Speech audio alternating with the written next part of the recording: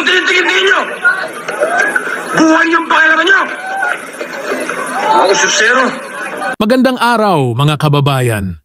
Sa episode na ito, tatalakayin natin ang buhay at karera ng isang aktor na naging bahagi ng ating mga telebisyon noong 90s, si Eruel Tonco. Bagaman maikli ang kanyang naging paglalakbay sa showbiz, ang kanyang pagganap bilang isang iconic na kontrabida ay hindi malilimutan ng mga tagahanga. Kaya't samahan ninyo ako sa pag-alala sa kanyang mga tagumpay, mga pagsubok at ang trahedya na nagwakas sa kanyang buhay. Umpisahan na natin dito lang sa Pinoy Wisdom.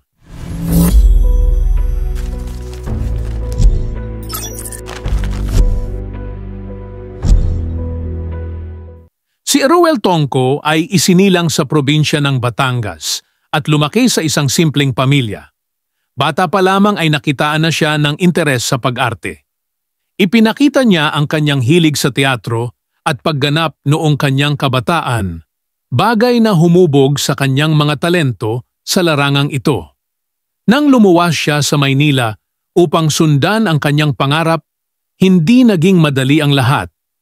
Tulad ng maraming artista, dumaan si Eruel sa maraming pagsubok bago siya tuluyang nakilala sa industriya. Ang kanyang unang hakbang sa showbiz ay nang mapabilang siya sa Alfie's Boys, isang grupo ng mga batang talento na pinamamahalaan ni Alfie Lorenzo.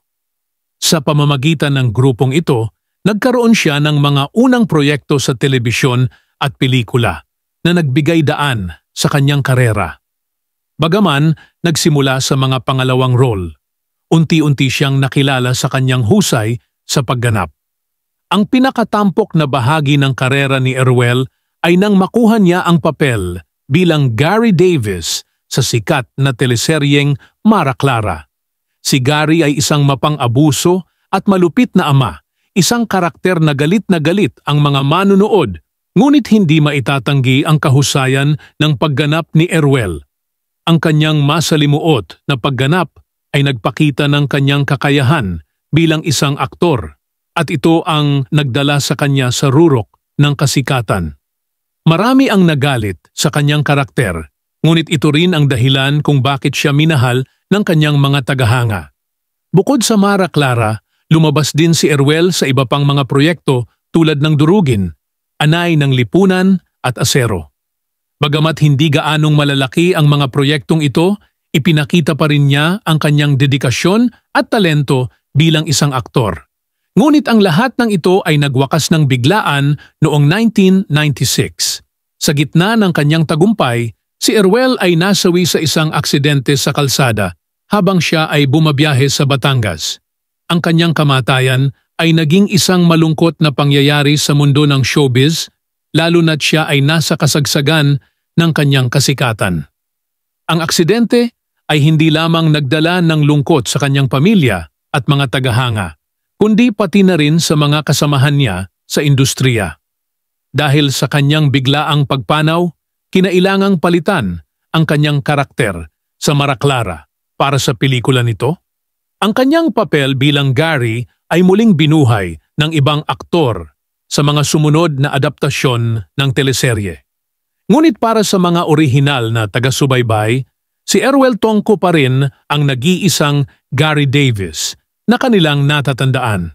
Bagamat maikli ang naging buhay ni Eruel, ang kanyang kontribusyon sa industriya ay hindi malilimutan. Ang kanyang pagganap bilang Gary Davis sa Mara Clara ay mananatili sa alaala ng mga manunood bilang isa sa mga pinaka-epektibong kontrabida sa telebisyon. Si Eruel ay patuloy na magiging inspirasyon para sa mga baguhang artista na nais makamit ang tagumpay sa kabila ng mga pagsubok. Ang kanyang buhay ay isang paalala na ang bawat pagkakataon ay mahalaga at dapat natin itong pahalagahan. At diyan nagtatapos ang ating pagtalakay sa buhay at karera ni Eruel Tonco. Isang tunay na alamat ng telebisyon na patuloy nating aalalahanin. Huwag kalimutang mag-subscribe sa ating channel at i-click ang notification bell para hindi ninyo ma-miss ang mga susunod pang episode. Hanggang sa muli, mga kababayan. Dito lang sa Pinoy Wisdom.